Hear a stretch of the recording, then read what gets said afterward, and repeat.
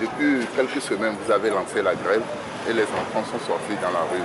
Aujourd'hui, est-ce que votre AG a pu tenir? Oui, nous sommes arrivés, bizarrement.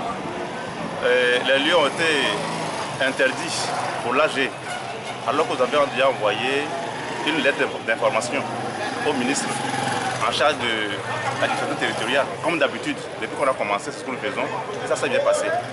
Mais aujourd'hui, nous apprenons que les agents des forces de l'ordre ont envahi plusieurs lieux où nous tenions nos AG, aussi bien à Lomé qu'à l'intérieur du pays, comme à Palimé, et dans plusieurs villes à Ngontien, et dans plusieurs villes du pays.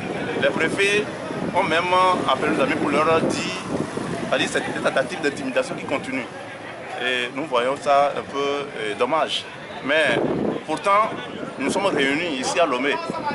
Et à l'entrée, nous avons décidé de tout. Et le mot d'ordre sera déposé. En dehors de ça, je voudrais aussi préciser que depuis la semaine passée à l'AG, toutes les bases avaient décidé à ce que nous déposions le mot d'ordre au cours de cette semaine pour une grève de la semaine qui arrive. Donc, en principe, on n'avait plus besoin de tenir une AG aujourd'hui.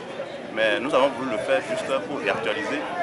Mais ça n'a pas empêché quand même que nous soyons réunis dans le vent, dans la ruelle, pour tenir notre AG et aller ventiler. D'autres l'ont fait aussi ailleurs de la même façon.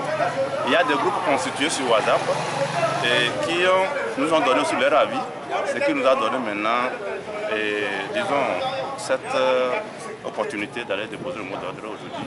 Et la grève va commencer le mardi jusqu'à vendredi. Parce qu'en ce moment, vous savez très bien que bon, les élèves sont en examen. Est-ce que les cours, comment est-ce que vous allez faire pour les élèves pour qu'ils reprennent quand même les cours? Non, les compositions, cela relève de l'autorité. Ce n'est pas les enseignants qui organisent la composition, c'est l'administration qui organise la composition, précisément le ministère. Est-ce que l'administration aussi est en grève? Elle n'est pas en grève, mais il n'y a pas de composition sans nous. Ça veut dire que les compositions sont perturbées. Nous avons appris aujourd'hui qu'on a arrêté les compositions par endroit. Ils ont commencé, mais ça a été arrêté. Parce qu'en réalité, il n'y a pas eu de cours effectif en tant que tel pour composer. Vous constatez que depuis le début de l'année, les grèves vont déjà faire près de 3 semaines déjà. C'est-à-dire 15 jours, je vais dire.